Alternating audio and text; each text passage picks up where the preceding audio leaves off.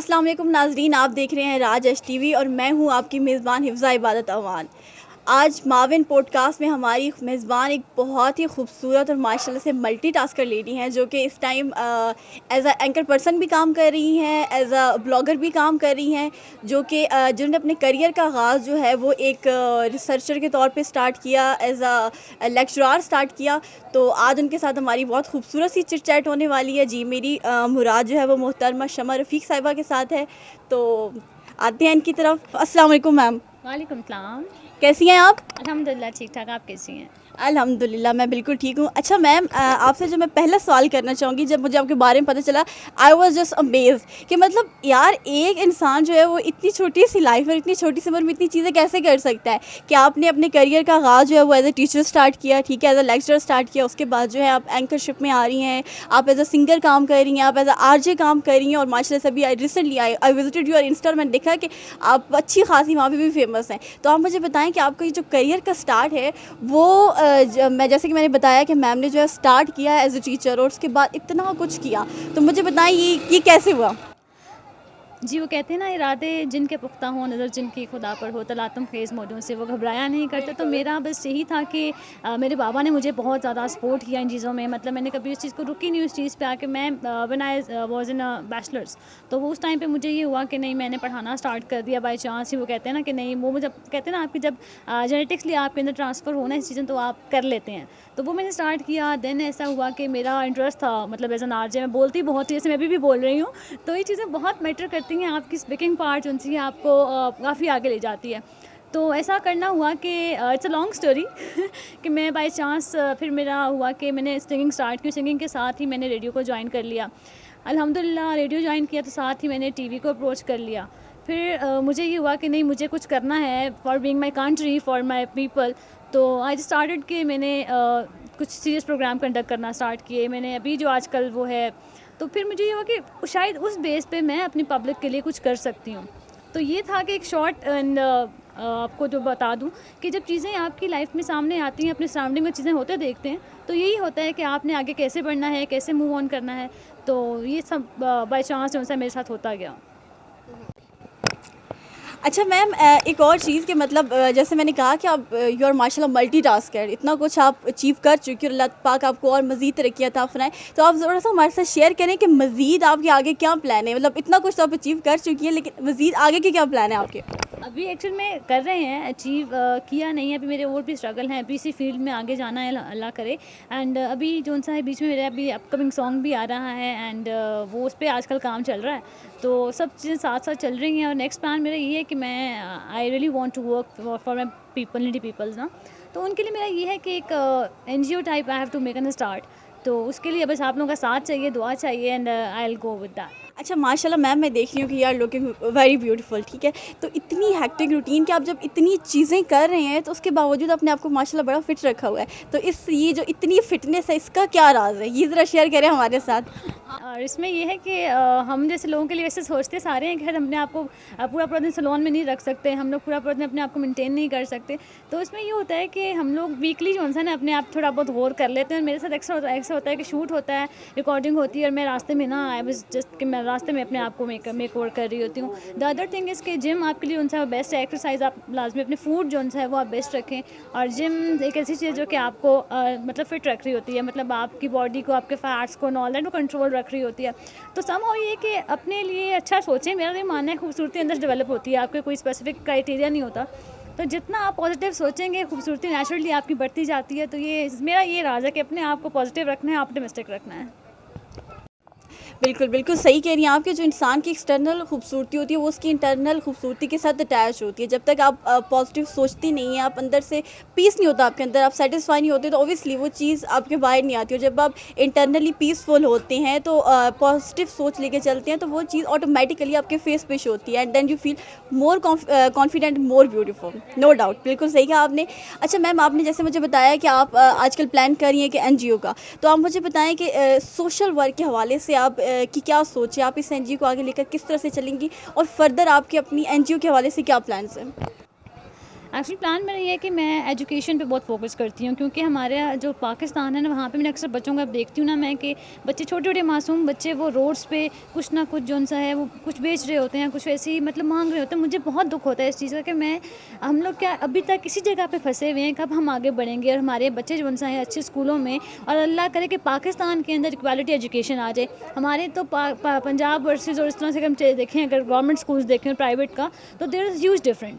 एक जगह पे जो सा है आपको ऑक्सफोर्ड पढ़ाया जाता है, एक जगह पे आपको जो सा है बिल्कुल साइड वे कर दिया। तो मुझे इस चीज़ से बड़ा दुख हुआ, तो मैंने सोचा कि this is the best way कि आप एक बच्चे को जो सा है एजुकेट करें। अगर एक बच्चा पढ़ेगा, सोचें फिर कितने ख़ानदान पढ़ेंगे। तो बात सिर्फ ये कि मेरा जो पहला पर्पज़ है, मैंने पहला प्लान हेड करना है, वो एजुकेशन है। एजुकेशन बहुत नेसेसरी है हमारे लिए, और हम शायद इसी से आगे बढ़ सकते हैं, और अल्लाह करे कि हमारा पाकिस्तान जल्द से जल्द तरक्की करे। बिल्कुल सही, माशाल्लाह, अल्लाह ताला आपको इसमें कामयाबी अता फ़रमाए। बहुत खूबसूरत बात कर रही हैं आप कि ये जो सोशल कंट्रास्ट दिखता है हमें डिफरेंट क्लासेस का, तो इससे ओवरकम करने के लिए कोई बाहर से किसी और प्लैनेट से कोई शख्स नहीं आने वाला, ये हम ही हैं जो कर सकते हैं। और माशाल्लाह से मैम को आप देख रहे हैं कि इतनी मल्टीटास्कर होने के बावजूद, इतना अचीव करने के बावजूद, इनके दिल में लोगों के लिए इतना दर्द है, ये इतना कुछ करना चाह रही हैं लोगों के लिए। तो वाई नॉट अस, आप क्यों नहीं, मैं क्यों नहीं, हम सब मिलकर ये चीज़ें कर सकते हैं, क्योंकि स्टार्ट हमने अपने आप से ही करना है। जब हम अपने आप से स्टार्ट करेंगे तभी हम लोगों को इंस्पायर कर सकेंगे कि वो आएँ, हमारे साथ हाथ से हाथ मिलाकर उन लोगों की मदद करें जिनकी मदद करने के लिए कोई आगे नहीं आ रहा। मैंने मुझे बताया कि माशाल्लाह से आपका एक न्यू सॉन्ग आ रहा है, और ऑब्वियसली आप पहले से भी सिंगिंग कर रही हैं, तो आप इस चीज़ के अंदर भी इंडल जाएँ।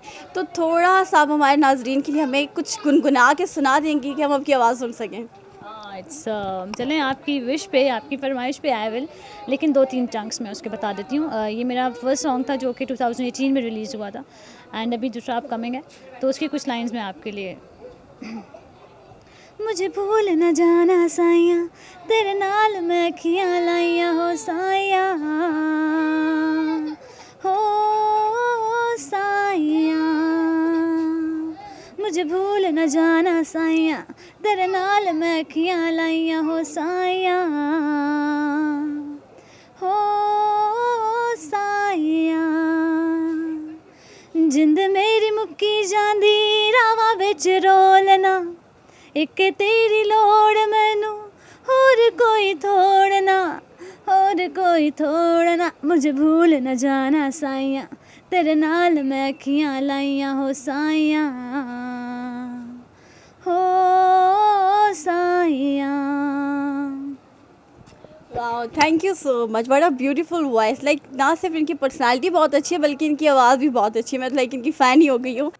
अच्छा मैम, जो आप स्टार्ट करती हैं बड़े प्यार से, अस्सलाम वालेकुम पाकिस्तान, और वो जबकि जो स्टार्टिंग लाइंस होती हैं रेडियो पे, वो जो बड़ी अमेज़ करती हैं, तो आप मुझे बताएंगे कि वो आप किस तरह से करती हैं? मतलब वो आइडिया कहाँ से आया?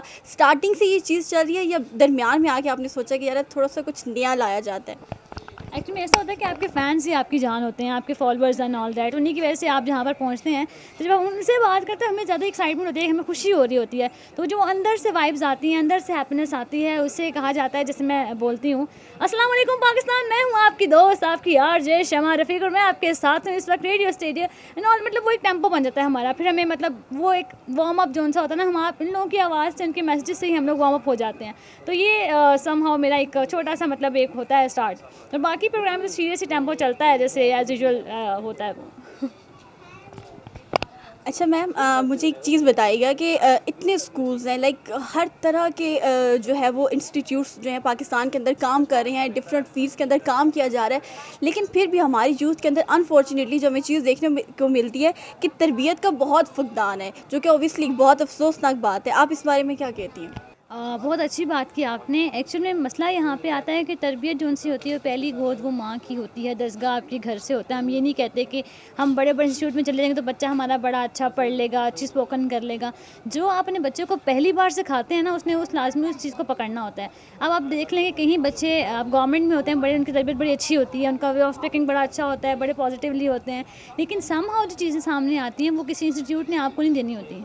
हम लोग सब जो है अगर अपने घरों से अपने बच्चे को निकलने से पहले, कदम बाहर रखने से पहले बता दें कि तुम्हारी ये लिमिट्स हैं, तुमने इसमें रह के काम करना है, आगे कैसे बढ़ना है पॉजिटिविटी के साथ। ही नहीं हम बच्चे को कह दें कि बाहर तुम जाओगे तो जाओ, हमारी जिम्मेदारी नहीं है। खुदा का वास्ता है, मैं इनके चैनल के थ्रू ही आपको बात कन्वे करें कि अपने बच्चों को मोबाइल्स, टीवी, ड्रामाज इनके ऊपर मत छोड़ें। जब तक आप लोग अपनी बच्चों को पॉजिटिविटी, आप तो कहते हैं कि हम आपके बच्चे पॉजिटिव नहीं हो रहे, यार आप लोगों को ये करना है कि अपने बच्चे को पहले बताना है, समझाना है। जिम्मेदारी आपकी है, किसी इंस्टीट्यूट की नहीं है। वो तो बन गए हमारी तरफ तो आजकल पाकिस्तान में एक लाइक का बिजनेस, ठीक है। तो बिज़नेस आपका जो सा है वो इमोशंस, वो फीलिंग्स नहीं देता। बिजनेस सिर्फ आपको मटेरियलिस्टिक होकर करना पड़ता है अगर आपने बेनिफिट लेना है, ठीक है। तो बात सिर्फ ये है कि आपने अपने बच्चों को तरबियत करनी है खुद से, तालीम देनी है खुद से। क्योंकि आप देखिए पाकिस्तान में ना बच्चों को फ़ौरन से एक सिलेबस सिर्फ लगा देते हैं, लेकिन बाहर की कंट्रीज़ में बच्चों को पहले एथिक्स सिखाए जाते हैं कि एथिक्स क्या हैं।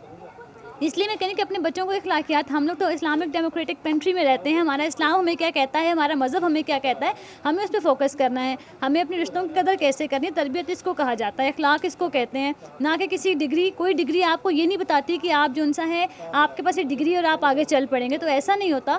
तो खुदारा पॉजिटिविटी की बात हमेशा मैं करती हूँ। मेरा पिछले कई सालों से पॉजिटिविटी की तरफ यही ध्यान है कि पॉजिटिविटी घर से शुरू होती है, कहीं बाहर से नहीं, किसी इंस्टीट्यूट से नहीं, ठीक है। मैम आपने बताया कि जिस तरह से आपका अपना प्लान है एक एनजीओ के हवाले से कि आप अपनी एक एनजीओ स्टार्ट करना चाह रही हैं, तो आप मुझे बताएंगे कि आपका पहले इस लिहाज से कोई एक्सपीरियंस रह चुका है किसी वेलफेयर ट्रस्ट के साथ काम करने का, किसी ऑर्गेनाइजेशन जो कि सोशल वर्क कर रही है उनके साथ काम करने का? एक्चुअली मैंने प्रॉपरली उनके मतलब कहते हैं ना कि मतलब जितना मुझसे हो सकता था उतना मैंने किया है, ठीक है। डिफरेंट ऑर्गेनाइजेशन के साथ किया, डिफरेंट एनजीओज़ के साथ किया है। तो वो जितना मेरे से होता था, मतलब एजुकेशन के हवाले से, अब बच्चियों की शादियों के हवाले से जो अफोर्ड नहीं कर सकती थी या जिनकी घर में शादियों या मसले होते, तो उसमें मैंने वाकई टेक अ पार्ट लिया, लेकिन प्रॉपर नहीं कर पाई because of my education and had to work ना। देन अब ये है कि इंशाल्लाह मैं इसको प्रॉपरली इसको आगे लेकर जाना चाहती हूँ, क्योंकि this is time to do something. क्योंकि उस टाइम आप भी इतने टीन एज के अंदर आप इतने नहीं होते, लेकिन अभी वो टाइम है जिसमें हमें कुछ चीज़ें अवेल करनी है, पॉजिटिविटी को मतलब अपनी चीज़ों को लेकर आगे चलना है। तो इंशाल्लाह मेरा यही प्लान है कि विद इन फ्यू मंथ्स इसको प्रॉपर जो सा है हम कर लेंगे, लॉन्च कर लेंगे। इंशाल्लाह अल्लाह पाक आपको बहुत सारी तरक्कियाँ अता करे इस चीज़ में। लास्ट में मैं आपसे ये पूछना चाहेंगी, यूथ के हवाले से आप क्या बात करना चाहेंगी, क्योंकि हमारे जितने व्यूअर्स हैं आप उनको क्या पैगाम देना चाहेंगे?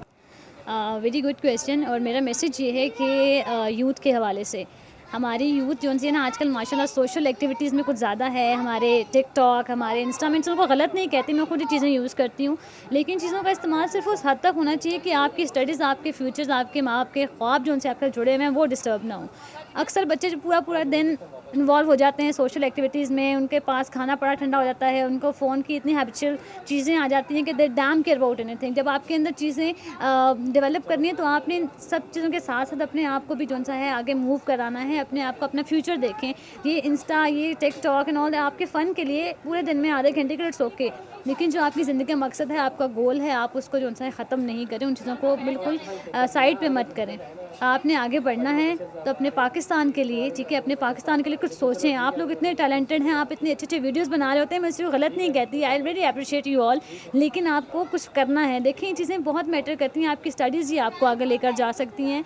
इसलिए खुदारा अपने पेरेंट्स की रिस्पेक्ट करें, अपने पेरेंट्स को इग्नोर मत करें, क्योंकि पेरेंट्स के अलावा आपके लिए कोई रिश्ता उनसे मुखलिस नहीं होता, कोई खलूस वाला नहीं होता। खुदारा उनकी कदर कीजिए, क्योंकि उन चीज़ों से ही आप, उनकी दुआओं से आप आगे बढ़ सकते हैं। तो ये वो बातें जो आपने अपनी लाइफ में इम्प्लीमेंट करनी है। आई होप कि आप इन चीज़ों को आगे लेकर बढ़ेंगे। Thank you so much.